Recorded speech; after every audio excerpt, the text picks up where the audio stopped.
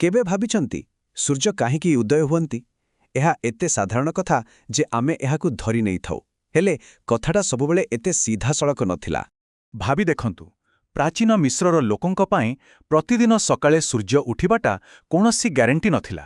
ଏହା ପ୍ରକୃତିର ନିୟମ ନଥିଲା, ବରଂ ଏକ ଭୟଙ୍କର ବ୍ରହ୍ମାଣ୍ଡୀୟ ସଂଘର୍ଷର ଫଳାଫଳ ଥିଲା।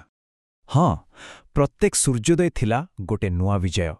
ଏମିତି ଏକ ବିଜୟ ଯାହାପାଇଁ ପ୍ରତି ରାତି ଅନ୍ଧାରର ଗଭୀରତାରେ ଗୋଟେ ଭୟଙ୍କର ଯୁଦ୍ଧ ଲଢ଼ାଯାଉଥିଲା।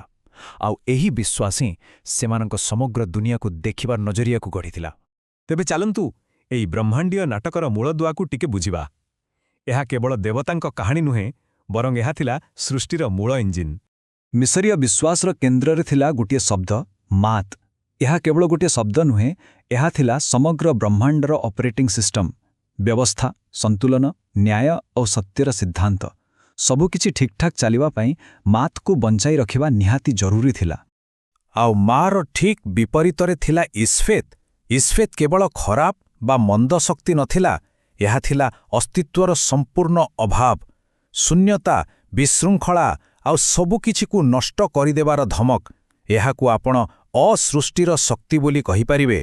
ତ ଗୋଟେ ପଟେ ଅସ୍ତିତ୍ୱ ଆଉ ବ୍ୟବସ୍ଥା, ଆର ପଟେ ଶୂନ୍ୟତା ଆଉ ବିନାଶ। ମିଶ୍ରୀୟମାନଙ୍କ ପାଇଁ ଏହି ଦୁଇ ଶକ୍ତି ଭିତରେ ଚାଲିଥିବା ଅସରନ୍ତି ଟଣାଓଟରା ହିଁ ପୂରା ବ୍ରହ୍ମାଣ୍ଡକୁ ଚଳାଉଥିଲା। ବ୍ୟବସ୍ଥା କିଛି ସ୍ଥାୟୀ ଜିନିଷ ନଥିଲା, ଏହାକୁ ଇସ୍ଫେତ୍ ବିରୁଦ୍ଧରେ ପ୍ରତି ମୁହୂର୍ତ୍ତରେ ସୁରକ୍ଷା ଦେବାକୁ ପଡ଼ୁଥିଲା। ହେଲେ ଏ ଯୁଦ୍ଧଟା ହେଉଥିଲା କେଉଁଠି? ଏଥିପାଇଁ ଆମକୁ ସୂର୍ଯ୍ୟଦେବତା ରାଙ୍କ ସହିତ ରାତିର ଅନ୍ଧକାରମୟ ଯାତ୍ରାରେ ବାହାରିବାକୁ ପଡ଼ିବ। ସେହି ଜାଗାର ନାଁ ଥିଲା ଦୁଆତ୍ ବା ପାତାଳଲୋକ। ରାଙ୍କର ଦୁଇଟି ନୌକା ଥିଲା। ଦିନରେ ସେ ମାଣ୍ଡଜେକ୍ ନୌକାରେ ଆକାଶରେ ଯାତ୍ରା କରୁଥିଲେ ଆଉ ପୃଥିବୀକୁ ଆଲୋକ ଦେଉଥିଲେ। କିନ୍ତୁ ସୂର୍ଯ୍ୟାସ୍ତ ପରେ ସେ ମେସେକ୍ଟେଟ୍ ନୌକାରେ ବସି ପାତାଳ ଲୋକର ବିପଜ୍ଜନକ ଯାତ୍ରା ଆରମ୍ଭ କରୁଥିଲେ। ଆଉ ଏହି ଯାତ୍ରା ହିଁ ଥିଲା ପ୍ରକୃତ ପରୀକ୍ଷା। ଏହି ଦ୍ୱାତର ଯାତ୍ରା 12ଟି ଘଣ୍ଟାରେ ବିଭକ୍ତ ଥିଲା, ଆଉ ପ୍ରତ୍ୟେକ ଘଣ୍ଟା ଗୋଟେ ନୂଆ ବିପଦ ନେଇ ଆସୁଥିଲା। ରାଙ୍କୁ ପଶ୍ଚିମ ଦ୍ୱାର ଦେଇ ପ୍ରବେଶ କରି ଅଗ୍ନିହ୍ରଦ ପାର ହୋଇ ମୃତ୍ୟୁର ଦେବତା ଓସିରିସ୍ଙ୍କ ରାଜ୍ୟ ଦେଇ ଯିବାକୁ ପଡ଼ୁଥିଲା। କିନ୍ତୁ ସବୁଠୁ ଭୟଙ୍କର ମୁହୂର୍ତ୍ତ ଆସୁଥିଲା ସପ୍ତମ ଘଣ୍ଟାରେ, ଯେତେବେଳେ ଅନ୍ଧାର ସବୁଠୁ ବେଶୀ ଘନେଇ ଯାଉଥିଲା। ଏହି ଗଭୀର ଅନ୍ଧକାରରେ ହିଁ ରଙ୍କର ଚିରଶତ୍ରୁ ଅପେକ୍ଷା କରିଥିଲା। ଏହି ଯୁଦ୍ଧ କୌଣସି ସାଧାରଣ ଯୁଦ୍ଧ ନଥିଲା, ଏହା ଥିଲା ଏକ ଅସରନ୍ତି ଯୁଦ୍ଧ ଯାହା କେବେ ବି ଶେଷ ହେବାର ନଥିଲା। ଏହି ଶତ୍ରୁର ନାଁ ଥିଲା ଆପେପ୍। ଆପେପ୍ କେବଳ ଗୋଟେ ରାକ୍ଷସ ନଥିଲା, ସେ ଥିଲା ଇସ୍ଫେତ୍ର ସାକ୍ଷାତ ପ୍ରତିମୂର୍ତ୍ତି, ଅସୃଷ୍ଟିର ଏକ ଜୀବନ୍ତ ଅବତାର। ଏକ ଏତେ ବଡ଼ ସାପ୍ ଯିଏ ପୂରା ଦୁନିଆକୁ ଗିଳି ଦେବାକୁ ଚାହୁଁଥିଲା। ତାର ଗୋଟିଏ ହିଁ ଲକ୍ଷ୍ୟ ଥିଲା, ରାଙ୍କ ନୌକାକୁ ଅଟକାଇବା, ସୂର୍ଯ୍ୟଙ୍କୁ ଉଦୟ ହେବାକୁ ନ ଦେବା ଆଉ ପୂରା ବ୍ରହ୍ମାଣ୍ଡକୁ ଚିରଦିନ ପାଇଁ ଅନ୍ଧାରରେ ବୁଡ଼ାଇଦେବା। ଏଠି ଗୋଟେ ଗୁରୁତ୍ୱପୂର୍ଣ୍ଣ କଥା ବୁଝିବା ଦରକାର। ମିଶ୍ରୀୟମାନେ ଦୁଇ ପ୍ରକାରର ବିଶୃଙ୍ଖଳା ବିଷୟରେ ଜାଣିଥିଲେ। ସେଥ୍ ଝଡ଼ର ଦେବତା ଥିଲେ, କିନ୍ତୁ ତାଙ୍କ ବିଶୃଙ୍ଖଳା ଆବଶ୍ୟକୀୟ ଥିଲା। ଏପରିକି ସେ ନିଜେ ରାଙ୍କ ନୌକାରେ ରହି ଆପେପ୍ ବିରୁଦ୍ଧରେ ଲଢ଼ୁଥିଲେ। କିନ୍ତୁ ଆପେପ୍ର ବିଶୃଙ୍ଖଳା ସମ୍ପୂର୍ଣ୍ଣ ବିନାଶକାରୀ ଥିଲା। ସେ ବ୍ୟବସ୍ଥାର ଅଂଶ ନଥିଲା, ସେ ପୂରା ବ୍ୟବସ୍ଥାକୁ ହିଁ ଶେଷ କରିଦେବାକୁ ଚାହୁଁଥିଲା। ତ ପ୍ରତି ରାତିରେ ରା ଆଉ ତାଙ୍କ ସାଥୀ ଦେବତାମାନେ ଆପେପ୍କୁ ହରାଉଥିଲେ। ପ୍ରାଚୀନ ଗ୍ରନ୍ଥରେ ଲେଖା ଅଛି ଯେ ତାକୁ କାଟି ଖଣ୍ଡ ଖଣ୍ଡ କରି ଦିଆଯାଉଥିଲା। ଏହା ଏକ ଭୟଙ୍କର ସଂଘର୍ଷ ଥିଲା, କିନ୍ତୁ ବ୍ୟବସ୍ଥାକୁ ବଞ୍ଚାଇ ରଖିବା ପାଇଁ ଏହା ଜରୁରୀ ଥିଲା। କିନ୍ତୁ ଏହି ବିଜୟ କେବେ ବି ସ୍ଥାୟୀ ନଥିଲା। ଆପେପ୍କୁ ସମ୍ପୂର୍ଣ୍ଣ ଭାବେ ନଷ୍ଟ କରିବା ଅସମ୍ଭବ ଥିଲା, କାରଣ ସେ ଥିଲା ପାତାଳର ଏକ ଅଂଶ, ଅସୃଷ୍ଟିର ଏକ ଅଂଶ। ତେଣୁ ପ୍ରତି ରାତିରେ ସେ ପୁଣି ଥରେ ଫେରିଆସୁଥିଲା, ସେହି ସମାନ ଘୃଣା ଆଉ ବିନାଶର ଇଚ୍ଛା ନେଇ। ଆଉ ଏମିତି କାହିଁକି ହେଉଥିଲା?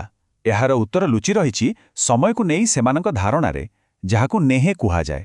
ଏହା ଥିଲା ଚକ୍ରୀୟ ସମୟ, ଯେମିତି ଦିନ ପରେ ରାତି ଆଉ ରାତି ପରେ ଦିନ। ତ ଯେହେତୁ ସମୟ ନିଜକୁ ବାରମ୍ବାର ଦୋହରାଉଥିଲା, ସୂର୍ଯ୍ୟଙ୍କ ପୁନର୍ଜନ୍ମ ତ ନିଶ୍ଚିତ ଥିଲା, କିନ୍ତୁ ତା ସହିତ ଆପେପ୍ର ପ୍ରତ୍ୟାବର୍ତ୍ତନ ମଧ୍ୟ ନିଶ୍ଚିତ ଥିଲା। ଏହି ଯୁଦ୍ଧ କେବେ ବି ସରିବାର ନଥିଲା। ଆଉ ଜାଣନ୍ତି, ଏହି ବ୍ରହ୍ମାଣ୍ଡୀୟ ଯୁଦ୍ଧରେ କେବଳ ଦେବତାମାନେ ଲଢ଼ୁନଥିଲେ। ଏଥିରେ ସମଗ୍ର ମାନବ ଜାତିର ଏକ ବହୁତ ବଡ଼ ଭୂମିକା ଥିଲା। ବ୍ରହ୍ମାଣ୍ଡକୁ ବଞ୍ଚାଇ ରଖିବାଟା ସମସ୍ତଙ୍କର ଦାୟିତ୍ୱ ଥିଲା। ମିଶରୀୟମାନେ ବିଶ୍ୱାସ କରୁଥିଲେ ଯେ ପୃଥିବୀରେ ସେମାନଙ୍କର ପ୍ରତ୍ୟେକ କାର୍ଯ୍ୟର ପ୍ରଭାବ ସିଧାସଳଖ ସେହି ଯୁଦ୍ଧ ଉପରେ ପଡ଼ୁଛି। ପୁରୋହିତମାନେ ଆପେପ୍କୁ ଦୁର୍ବଳ କରିବା ପାଇଁ ବିଶେଷ ଅନୁଷ୍ଠାନ କରୁଥିଲେ। ସାଧାରଣ ଲୋକମାନେ ନ୍ୟାୟ ଆଉ ସତ୍ୟର ରାସ୍ତାରେ ଚାଲି ମାତକୁ ଶକ୍ତିଶାଳୀ କରୁଥିଲେ। ସେମାନେ କେବଳ ଦର୍ଶକ ନଥିଲେ, ବରଂ ହିଁ ବ୍ରହ୍ମାଣ୍ଡୀୟ ସଂଘର୍ଷର ସକ୍ରିୟ ସୈନିକ ଥିଲେ।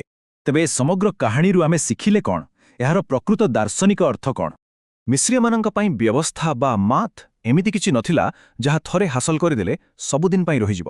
ନା, ଏହା ଥିଲା ଏକ ସକ୍ରିୟ ପ୍ରକ୍ରିୟା, ଏକ ନିରନ୍ତର ରକ୍ଷଣାବେକ୍ଷଣର କାମ।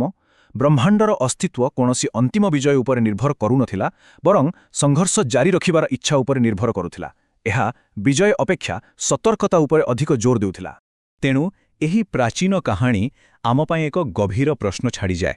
ଯଦି ବ୍ୟବସ୍ଥା ଏକ ସ୍ୱାଭାବିକ ସ୍ଥିତି ନୁହେଁ ବରଂ ଏକ ଭଙ୍ଗୁର ଉପଲବ୍ଧି ଯାହାକୁ ବଞ୍ଚାଇ ରଖିବାକୁ ପଡ଼େ, ତେବେ ଆମ ନିଜ ଜୀବନରେ ଏବଂ ଆମ ସମାଜରେ ସେହି ବ୍ୟବସ୍ଥାକୁ ବଜାୟ ରଖିବା ପାଇଁ କେଉଁ ପ୍ରକାରର ନିରନ୍ତର ସତର୍କତା ଓ ପ୍ରୟାସ ଆବଶ୍ୟକ?